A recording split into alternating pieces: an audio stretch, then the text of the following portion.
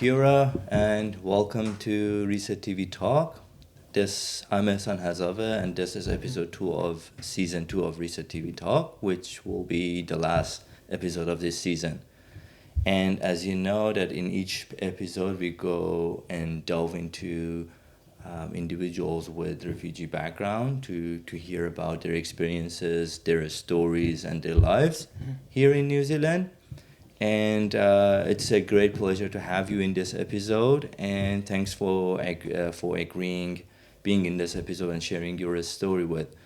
To start with, could you please introduce yourself and tell us about a little bit of your background and yeah. Cool. My name is Steven, and pleasure to be here. And thanks for having me to do sharing a story at Resett TV. And yeah, thank you for having me, Ehsan. Of course, Yeah. of course. So, how your journey started? I think you mentioned that you came here when you were 10, right? Yeah, I got here when I was 10. 10. Then it all started when I was like 9, like when I left the country. I think I was like... Which country? Myanmar? Myanmar, yeah, but from Chin State. Yeah. So I left my country when I was like mid-8, and then when I got to Malaysia, I was like 9. Okay. And then we stayed there in Malaysia for like 8 months. And then came to New Zealand because my brother was here already as a refugee, like way back before us. So that gave us like the opportunity to come to New Zealand, like very fast. Yeah. So was it as a kind of a family reunification process, or how was it? Yes, something like that. Like, cause my brother was saying to like the immigration, like he still have like family left in Burma, and then he want to make a way like to get us, to New Zealand to have a better life. Yeah. Okay. Yeah. So and it took like basically a year and 2 year between Myanmar and New Zealand. Yeah. And then it took a lot, like even to get to New Zealand, like coming through like the border, like crossing the border, like Thailand and Malaysia. It's like we have to. Some people it took them like 2 weeks or 1 week, but then for us it's like a few months, 3 months. And because of like the continuing like getting caught by like Thai border, like the military or whatever, the police, and we always get sent back and then back and forward. And then one time our parent and the kid were separated, like us. So like they like take us, like all the kids like my age, like who are like 8.5 or 9, and then we all being like chef ahead, like pretending we are going for like a school, like a Buddha school or something. Yeah. Like so they don't really check us, like the police, like during the process. So we went through and then like actually made it to Bangkok and stuff, and then we stayed there for like a few weeks, and then before my parent like get to Malaysia, like I get to Malaysia first. And then like it was like, because like I didn't know I would be able to see my family again, because I was like alone with other friends. But As 8 years old. Oh yeah, like you were alone with a couple of a couple of the other kid, and then we all like stay in the apartment, like small apartment, like hiding, like eating chip and stuff every day. Wow, for how long? For like a week, just like waiting for like to cross the border, like, and then they send us back to like where all the other refugee at the camp, and then we all Like a refugee camp? yeah, like in Thailand, yeah. But then they separate us because like we came a different approach. Like some people like make it, but then for us it's like we have to pretend like we actually like a monk or something. Oh, yeah. okay. Oh wow. Yeah, that was like quite a journey. And like thinking about like how like an 8-year-old like boy can survive by itself, someone really remote that have no idea, no connection, no network probably. So it's really challenging. Yeah. It was scary when I first got to Malaysia. Like, my cousin was there. Like, they take care of me, but then like I didn't know like when my parent will make it. but then luckily like after a week or two they made it as well. So all the family, my mom, my parent, and my two sister and one sister-in-law, like we all like together back in Malaysia, and then that was relief, I guess, like after seeing them again. Yeah. So did you have any idea about, like, again as a kid, like what's going on, why we are moving from one point to another point? Or I think I understand, like the goal was to get to New Zealand, but then like the process was like very long. Like even like getting out of Myanmar was really hard. Like we were like caught, we would get caught like in the one of the last like state in Myanmar, which is called Mulemian, and then they sent us back to Yangon. Yangon is like one of the capital, the old capital, and then and then we stay in Yangon for like another 2 weeks, and then we did like another approach, like instead of like going by bus. We did go by bus instead of going by train. They take us by bus, and then there's like people who look after us, like they pick us by like a motorbike, like individually, and then they take us to like outside town, like where we can like probably the farm, like where they like grow stuff, and then we stay there for like a few weeks or something, and then when the time comes, they send us to like Thai border, and then stuck there for like a few months, like I said before. Yeah, which part of it was the now you reflect back, was the hardest part in this journey to New Zealand? Or another question that I have is that I want to know which part was the most challenging through the eyes of like an 8 years old boy, and also how the vision of a new country would help to achieve that. I think the difficult part was like running in the jungle, like in the rain, sleeping in the rain, and like because it's not just us. There's like a few bunch of other like kid, like baby, like like different walk of life. Like they all like trying to get to a better place. Yeah. And then they all have like a some people they just like with the baby, like the husband is in Malaysia or somewhere else, and then they all like I don't know, they all just like having the same problem, and then some people like they can't run as fast as other, and then that's why we can't get to our destination as fast as we want, like because it's all different, all walk of life, like some people they it's not consistent, like it's not as planned, like some people they make it in 2 weeks, but then for us it's like that, because very unfortunate. Yeah. And how was your imagination of New Zealand? Because you said that like your brother was here, right? Yeah. So how often you would like talk with your brother, or have this hope that you also can rejoin to your brother? Like thinking of New Zealand, like maybe after we got to Malaysia, like even Malaysia was still hard because we have to live without like a visa, like resident or whatever. It's like illegal. Yeah. So every day is like a challenge. Like we don't know when we're gonna get caught by police, and then one point we actually got caught. Like they actually like inspect all the building, and then they take us to like a big lorry van and stuff. They move us to like the police station, and then ask us questions and all that.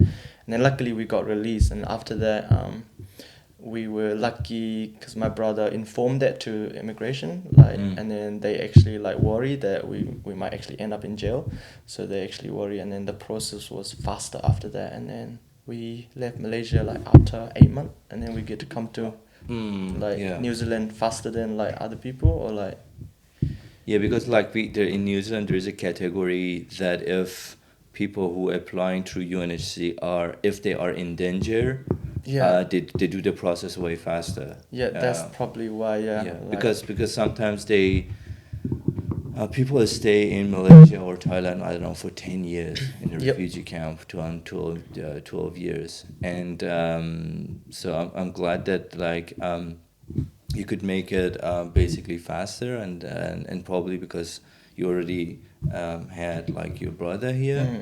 What's the age difference between you two? So my brother is probably now 37, 7, so like 13 years. Okay. Yeah. 13 years. Yeah. Oh wait, or 14. Or yeah. around that. Yeah, around that. I don't know exactly his year, like 37 or 38 now, probably 38. Yeah, but before we move to the next part, which is your life in New Zealand, is that do you have any very first memory of New Zealand when you arrived here? How did you arrive here? Like obviously by plane, right? Yeah. And how was it? How was the first memory that you have from New Zealand? What was that? I think like coming to New Zealand, like arriving in New Zealand, like it gave me a sense of peace and then like freedom and then like the first I think migrant camp, like we stayed there for like 6 weeks or something. Yeah. And then we get to learn like a little bit of like the country and then the language and everything, and that helped and equipped me a lot to like look further and then like start again like a Yeah. new life. So yeah, I think that was a really good, like the way they look after us, not just like arrive and then send us to like place or something. Yeah. They actually like equipping us and then like helping us how to live the life and then how to start a new life. So that like looking back now is really like impacting and Yeah. then very useful thing. So you find that 5 weeks really useful, right? Yeah. Oh, that's cool because like it's kind of interesting that people have different views on that 5 weeks. Some people see it as a kind of like some sort of prison. Yeah. Some people see it as a little bit challenging to deal with, and then everything's new. The weather is new, like people around you are new. Yeah. And but it's kind of necessary. Yeah, I think for me that I didn't get it back then, but then like looking back, like seeing the bigger picture, why they do what they do, like in the migrant camp, like for 6 weeks. Like some people, like our parent, they don't used to the food. Yeah. That was funny, and then like they complain, and then they don't want to stay, and then we like some like people who already here, they take us out on the weekend, go to church, okay. and then they take us out and then eat their chin food and stuff, like traditional food. But then like for like kid like us, like 9 years old, like just turned 9 years old, and then for me it was like adapting the new culture, like the new food and everything. So everything was new, and then like it was fun, like and meeting other refugees as well, like during that time. Yeah, it's really really interesting. So I really want to know more about your life now in New Zealand, but let's have a break and then have probably a glass of water or something. Sure. And then we come back soon. Thank you, Resett. No worries.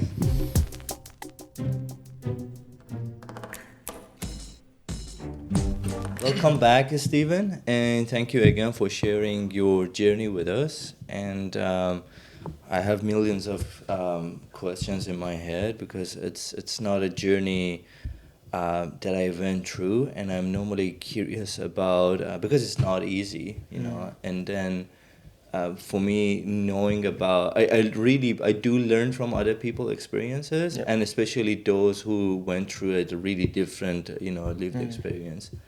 So like I remember that like when I was preparing myself to come to New Zealand to do my study, and then I had a friend who's here as well, and then we would go study like English and writing proposal for university, and then every day we would go to the library and like 7 in the morning, coming back 6 p.m. at and then we were so tired, but we said that like when we finish all of it, we are in the bottom of the mountain still. And then we go to another country, like they basically, it seems that we take a bus and then someone dropped us by a mountain and said, okay, you need to now go up, so it was a little bit at the same time, it's not motivating, but it was just like, it was prepare us for more challenges, but through my conversation with other individuals with refugee experiences, there is this idea that like when they arrive to a new country, all the challenges immediately gonna be vanished, but the reality is absolutely different. Some people, like before they come to New Zealand, they say, okay, New Zealand is a really peaceful country, there's no war or anything like that, and then so we're gonna start fresh, and then and everything gonna be smooth, and then you Yeah. take one step at the other, and then done. But tell me about the reality that you went through at this, because you mentioned that you had some expectation Yep. to start fresh, but now you arrived in New Zealand. Now you need to deal with the reality. So how was that reality to you? Yep. Before sharing the experience of like what the reality was, I think like my expectation before coming to New Zealand was like it's gonna be fun because I get to meet my brother again like after like a few big gap years, and then like he take care of us, he take care of the family, we appreciate him, and then like all the family being ghetto, and then like start a new life, right? And then like without worrying about like the police, and then I was thinking like the police would be nicer here, and then we want run away from them. Yeah. Like because like as a kid, right? And then like especially in my country, like we scared of police, right? And then even in like I say before, like crossing the border like in Thailand, Malaysia and everything, like we basically running away from the security, the police and everyone. But then like I think as a kid, like I think I dream of that, like coming here, like not having to fear of like people around me, and like especially, and yeah, I think that was my expectation is life would be easier here and a refresh start everything, and then like yeah, I was like excited like coming here. Yeah. Yeah, but how was the process? So you arrived here, you rejoined your family, so you went to their school, or how was it Yeah. all? So yeah, growing up here is like a different story because like everything is like new to us. Especially like English was like quite challenging because along the way I speak like English is probably not my second language, like it's probably my fault because along the way I have my native language, which is like Chin Hakka, and then second is like Burmese, and then third would be like Malaysia, like all the basic like buying stuff, grocery and all that, because like my parent can do that. Like within that 8 months, like I get to learn a little bit of all the basic Malaysian, and then so coming to New Zealand and then starting a year behind because like I need to learn English, so like all the sponsor and then like all the other like who take care of us, they say like you should start a year behind, so I started year 6, so I get to experience the primary school, and then yeah, it was challenging like because I don't know what people were saying. I was offended, like I get angry really easily because I don't know what they were saying, even though when they might not be bullying, but I feel like they were like bullying me if they like giggling, like if they like saying something. Yeah, because like you don't get yeah, it. I didn't get it, and Yeah. then like every time like I want to say something in English, I have to translate it in my head. Yeah, So yeah, I went through that. So that was the difficult part. Like even when I want to talk to the teacher, I have to like like talk to myself first. Is this the right word to use? Like Yeah. yeah. Yeah, I totally get that. Like for most people, maybe learning new language, and also language is basically the way that we live, right? Yeah, It's yeah, not yeah. that learning the word, so the way that you express yourself through the Exactly. language is Communicate. completely Yeah. different, Yeah. And then, yeah, I myself, I think for me also, was like dealing with the new language, even though I was like preparing myself for a year or something before I came here. I was just still arriving here, like hearing new accent, which Yep. is like the Kiwi accent is a bit thicker than Yeah. like American, let's say. And so yeah, it was really frustrating, like I sometimes would isolate myself because I had this fear of like, oh, what if I go to their community, and then I don't get it, and then they laugh, and I need to pretend to laugh because I didn't even Yeah, get it, yeah, yeah. It's just like, and it's kind of obvious. Yeah. Yeah. So, but how was it at a school? Like, was it? Did you have your small community at a school, or how was it? How would you survive in that environment when everyone's speaking English? And Yeah, and looking back, I think the community were really good. Like not just like the Chin community, there's other community, and then within that community, there's like people like helping, like home tutor, like after school, like like if we can't do our homework, or like if we can't do something, like if we have a question, there's always like an after school program. Oh, And then that's where we go, like there's free food, and then like make friend, we play game. And then that was very helpful because um like it's not just me, like there's a lot of other refugee who's going through the same thing. And then like it encouraged, and then like I don't feel alone. And then like there are some people who are willing to learn. And then also I was one of them, like I try to always learn something, from other people as well. And then yeah, it was very good environment. They set a good environment like for refugee, like the newcomer. And then like later on, like I am able to help other refugee as well, like who come like later on, like because I having the experience already, like, and I know how they feel. So like if the English is not good, like I don't make fun of them or something, like like because I feel the same thing, like. And then I was like trying to be friendly with like helping them, like yeah, something like that. Yeah. So I just want to do a really fast forward because I'm, just excited, and also I know that you do photography as well, and I also consider myself a photographer. So fast forward to today, like what do you do now? And are you studying, or what do you do for work? So as of now, I'm doing freelancings, like doing photography, like time to time. And then also doing life leadership college, like just by Mount Eden, like life church within the church college. And yeah, just doing that for like personal growth and like the character and like leadership. So what is it? What do they cover? It's so we do like Bible theologies, like they cover like how to lead other and how to be being a lead by others. And then like learning about the Word of God and like personal growth. And then yeah, for me it was like really good environment for me to grow, where I get like an environment where they encourage you consistently, and then helping you to develop your purpose, like yeah.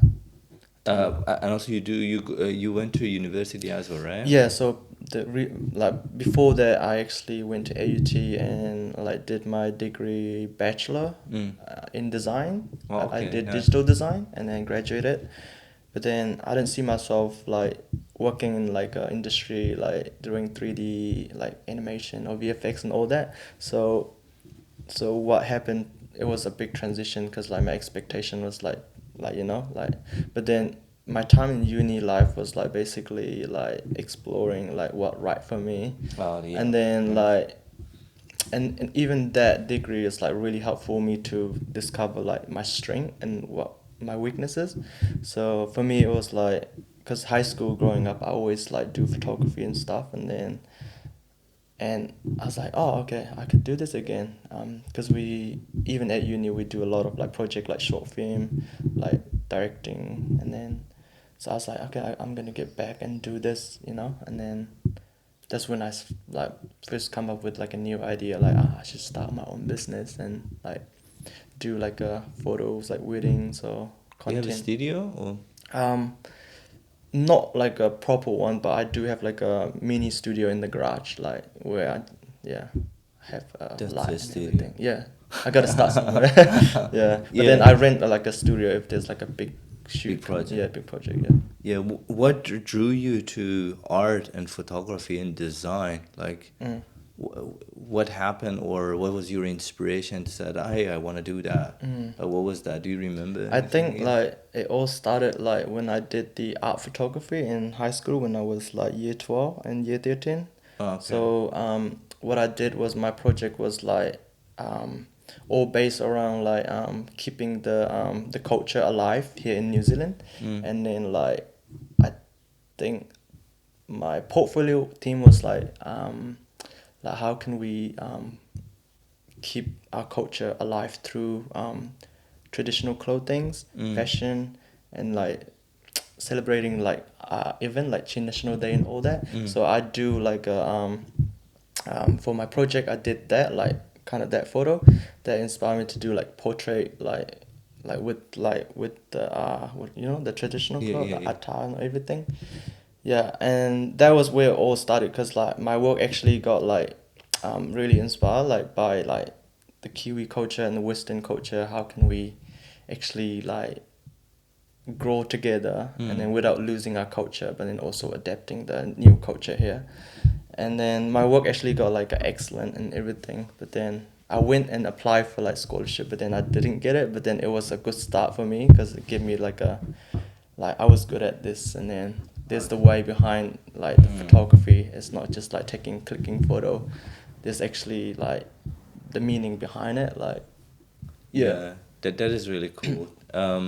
Yeah, because I always like I'm normally curious about what make people to have art as a like to pursue art as a way of living, you know, and which is it's just like you were talking, it just came to my mind that like I was thinking about how I myself got into photography, and then I was like, I don't know, when I was like I think 10 or 9, there was a movie called RoboCop or Yeah. something like that. So there was a robot, and then that robot would see the reality frame by frame because this is how robots see. Like they see like Yeah. dit, and then you go dit, and then they analyze it, and so this is a really interesting way of seeing the world in not as a like a really wide thing, but you Yeah. can take one thing out, just one like second of the time, Yeah. and then you put it on a paper, and then you can contemplate on it. It was like really for me interesting to see the world like that, and then at the same time it would give me the motivation to go and to talk with other people, right? Do you feel that photography also connect you with others? Yeah, so um like yeah, when I first started it was like a bit lonely, but then when I collab with like other like photographer or videographer or like model or something, I think my network grow, like my connection grow, like because like every person that you connect or work with have like a family or like a community, and then so what I see is like I think every client or like every person that you know or like I get to know, um, if I treat them right, like they can potentially become my client, like my future client. Yeah, yeah, And then the connection is all connected, right? Like so, I think through photography and like art and everything, what I do, like I make like new friends, like minded people, and who want me to like actually grow and like in my work. So yeah, like because I always learn from someone, and they always learn from me something. Like because we all have like a unique talents and skill set. Like there's a lot of photography, like genre. Like there's landscape, there's portrait. There's so many style, but then everyone have their own like lighting skill, like their own way of composition, everything. And so yeah, like when I started, like I get to meet people and then learn from them. That's how I actually like keep myself improving as well, like through people, like meeting new people, and also like obviously like researching like YouTube or tutorial and everything. That was my main skill, like where I get the skill from as well. Like even like buying courses, like cost like $30 on like Udemy or something, or like Skillshare. yeah, yeah. They really help. Yeah, nowadays, like getting the information is basically easy because wherever you look at it, it's just like you find information. You know, there are heaps of material and educational material on YouTube, but I want to talk about more about this process, but in the next section and next part that we're going to talk about more of like I want you to also give some advice also to the next generation if because you went through like a path, and then what kind of suggestions you would give to other people who want to do that to make it faster. But let's keep it does for the next part. Okay. Let's have a quick break, Yeah. and we'll be back soon. Sweet, thank you. Yeah. Can't wait. Cheers.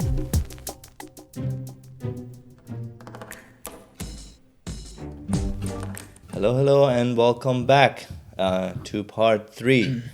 And in this last part, we're gonna talk about like your hope and inspiration, and we are hoping to get some advice from you.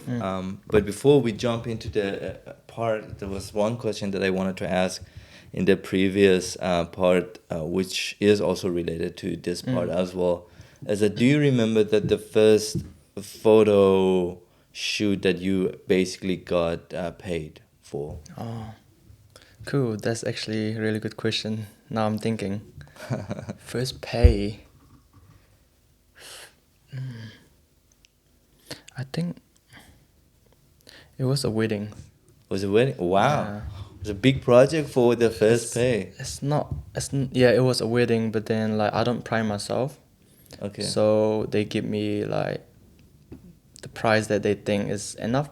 Like a cohort. Yeah, right? yeah. Okay. So yeah, there's some like misunderstanding and that, but then I learned so much from that because it's actually taken me to like be careful to my other client, like Yeah. just to make sure you confirm your pricings, and then so there's no disappointment later between Yeah. the two party. Yeah. I Yeah. get that, because for me it was just like I probably, because I did also, I was studying at that time when I studied photography, computer science. Yeah. And I had basically photography as my hobby, but I had no idea if I can make money out of photography.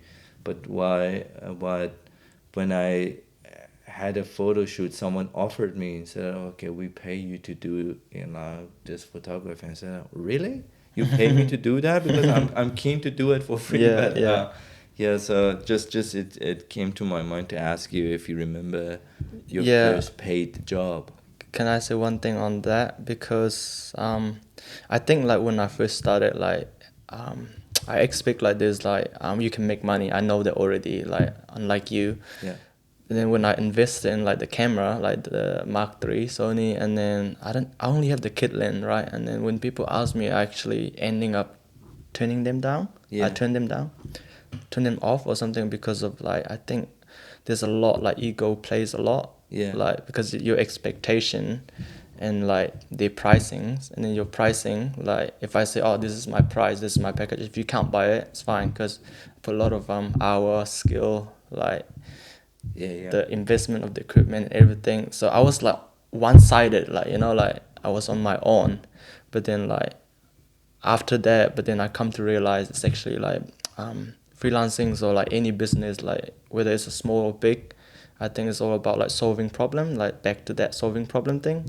Like, and then when I discovered that like my pricing got better, like my ego's like less, like I can work with them, like if they say like their budget is like 500 100, or okay, I can work with that, but then I have to give you this amount of photo or videos. Yeah. So it's actually helped them, and then also helped me to get that opportunity instead of like turning them down. Yeah. So like when I first started, there's actually like a few clients that I turned down.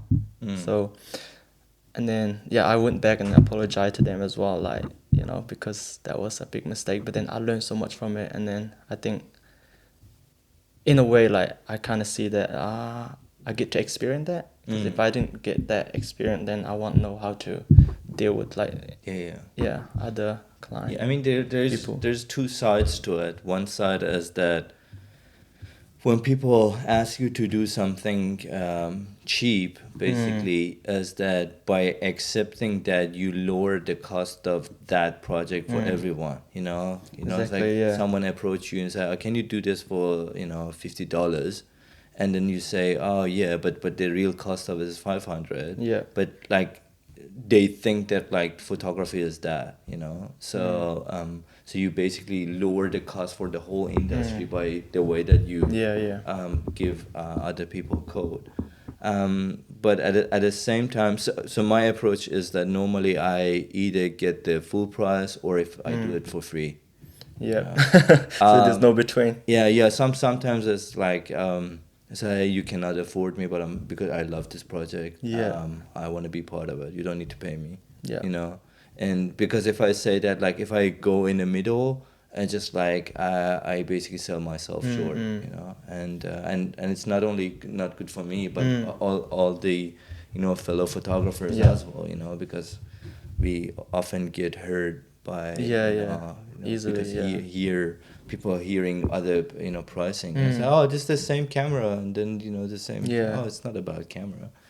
And so the next part of this question is that I want to ask you, how do you see, or where do you see yourself in 10 years time or 5 years? Or do you have any plan for like a long-term plan for yourself? Yeah. I think for me, especially on my photography business, or like videos or content creating, we call it.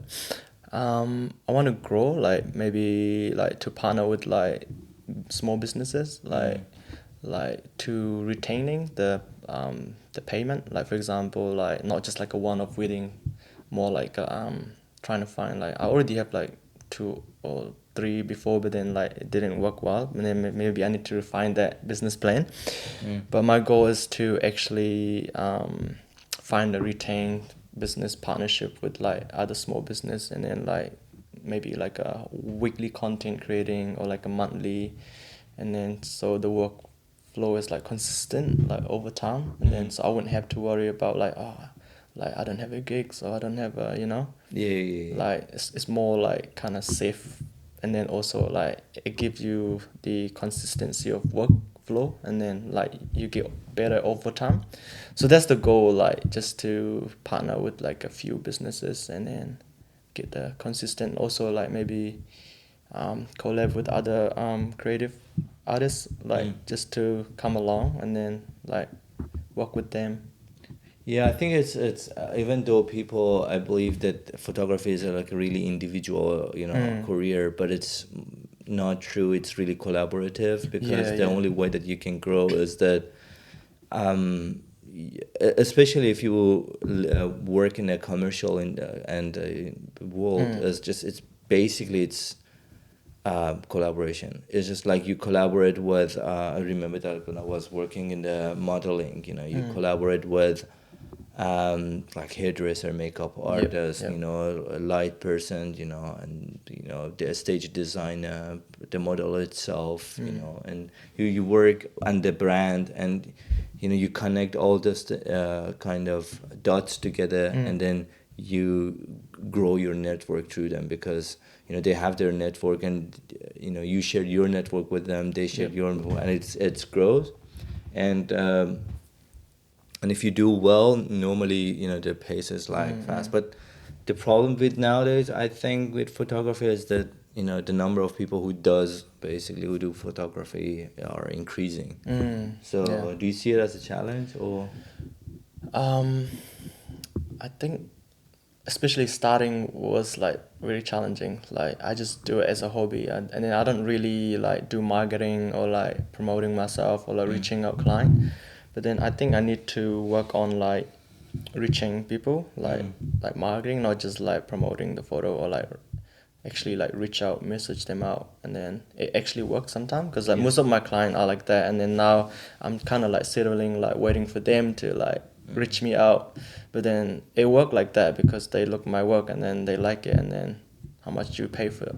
I pay for this if you do this, But then like I think what will differentiate like from other photographer will be, like I say, like have a business partner or like have an agent who can provide like a job, like. But then I have to also like think of like what area I want to pursue. Like at the moment I'm doing like a sport brand, like clothings, like and then also wedding on the side, like time to time. So my goal is maybe to reach out like a wider community, like in the wedding industry photography. So maybe even like start with like a B camera, like help them out, and then that, because it's all about, like you say, it's all about Connection. connection and networking. collaboration.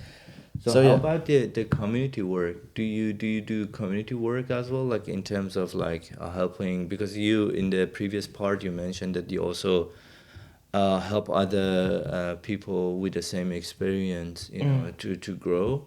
And how do you connect or use photography to support your community, or if you actually do it or not? Yep. I'm open to help others, like especially like if I can't help others, like I can't improve myself as well. Because Yeah.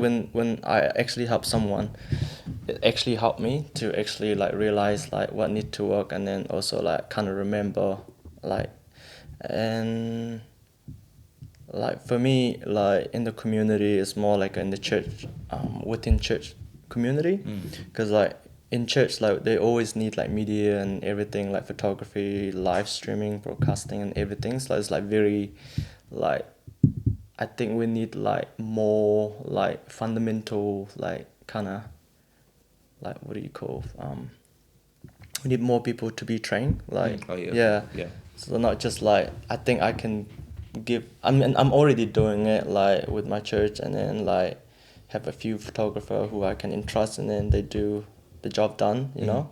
So it actually give me that feeling like accomplishment, like oh, I'm able to help, not like arrogant or anything, just like being able to give back to the community and help others to become like better person. Oh yeah. Like Yeah. if they want to pursue in the photography industry, like I'm always there for them. Yeah. Do you recommend anyone to enter to this industry or not? I mean, if they want to go through what I go through, it's not easy, I guess, like in the field, like in this like field of job. Like it's all about network and connection. It's not really like, you just have to start and like reach out people, and then be open. Yeah, that's a really good point, because again, photography is a way of connection and way of seeing, and then and and so it's, if I think it's not for everyone probably. Nah, You it know? costs a lot, right? Like it's not just like, oh, I can click it. It's like you have to know like what camera you're using, like what lens, basically what equipment do you need to start off, right? Yeah. And then like to start off, like there's a way, like a lot of way to start, like second hand and everything, like just buy off from like Facebook Market or something. It worked, but then like over time, like you want to improve your quality, so you ending up like spending money, and then like investing, and then like I think like I should have realized earlier, like I think there's a lot like help from other like like entrepreneurship thing. Like there's a lot of workshop around like New Zealand, so you could get fun and stuff. Like I think if you know what you're doing and then the why behind like your business, then I think there's always a way to get that money, and then like start off. Yeah. Yeah, for me also it's the best way to. It's very very very expensive, like, and the difference, like with me, like I often compare it with like musician, right? Like, but the difference is that when you get a camera, for example, and then I don't know, let's say it costs you 7,000, right? In 5 years, that 7,000 is 1,000, right? Yeah, But if you get appreciate it, yeah. but sometimes if you get $7,000 guitar, in 5 years it's gonna be even more expensive, you know. Yeah. So yeah, the value goes up, Yeah, because the guitar that people buy is from 1950 something, and then the more if you get a really good brand, It's like you know, the value collecting. the value go up, you know. Yeah. So it's like gold. yeah, it is, Yeah. right? It is. But in terms of any things related to technology, is different. Like, if you get a good camera, you need to get a good computer, and like in 5 years' time, You need a good update. computer is nothing. Yeah. Right? And yeah, but I think we need to wrap up. But if is there anything that you want to add to this part, or do you want to share it with the audience to hear from you? Yeah. I think like the like knowing the why you do what you do like is really important. Like if you don't, then you just like aiming at nothing. For me, it's like maybe know like your purpose in life, like know God. And if you know God, then like I think you're pursuing the right thing. Like you pursuing the right thing, like you're doing the right thing with the right mindset, and then loving people. Like I think it's like, for me, like photography becoming more like to serve the community through my talents and skill set, and help other like people become like better vision of themselves, and also like with the study and all that I do, like college, it's also like developing my leadership and then trying to be a better leader and then trying to be like a better person of myself. So I think my advice for is like maybe dare to dream, like big. It doesn't matter like what what your dream is. I think it's like what more important is like I think to a dream that is like bigger than yourself, like not just to improve, like not just to show off your skill or like to make money because like we live in a world like so much distraction and then like without meaningless, right, without no purpose in that. I think like in the photography, like it's expensive to provide that, and then especially for my community, I think like I can say I am like one of the first, especially in New Zealand, to actually pursue this field, like really expensive, right? Yeah. And then because I ended up doing it because the passion is there and then the dream is there, I'm like willing to help others as well, like whether it's like a social media visibility, like present or something, like for other world to see us, our story through photography or videos. So that's where I'm at the moment, like to figuring out like also like how can I help other, like through what I have within me. It's not just about me. The dream is like to inspire others as well, and then Yeah, that is beautiful, and you said it really well and nicely, because in a sense that part of the photography and what you do is that make yourself and your community more visible. So I often see people coming from other countries isolate themselves, and in the main kind of culture or in the stream kind of media, when there's no kind of colors or different cultures, people start to see them as a stranger, and then we as a human being, we often afraid of something, that we don't know. It's just like if we don't know how do they react, or like sometimes if someone, a stranger on the street, you don't know if I say what would be their reaction if I say hi to them, But what you do, regardless of your aim, by putting yourself and the community in a little bit of like a spotlight, people to get to know you and they feel comfortable. And also part of the photography, as you said, if I want to summarize, is that it's really a personal thing, If you develop a character behind the camera, people are gonna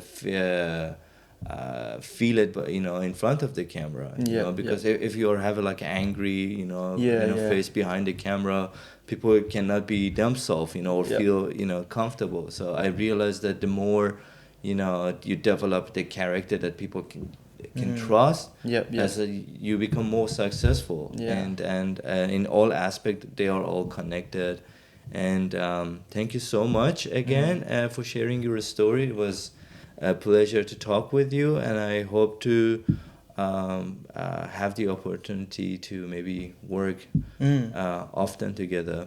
Definitely. I'm keen for that, and thanks for having me. I think it's not like you say, it's not just about like doing this thing, it's also like building the relationship. So like you say, I would love to be part of what is that, Resett TV, and thank you so much for having me. Do you want to share also, what was you have a social media account as well, right? So my business account is Steve_Pix, like PIX. Easy. And then maybe we get to know, and then well, I need to also follow it, and then and I encourage the audience also to follow you and to help the business grow. Thank you so much for having me and providing this platform for me. Of course. Thank you so much. My pleasure, and thank you, Ashan. No worries.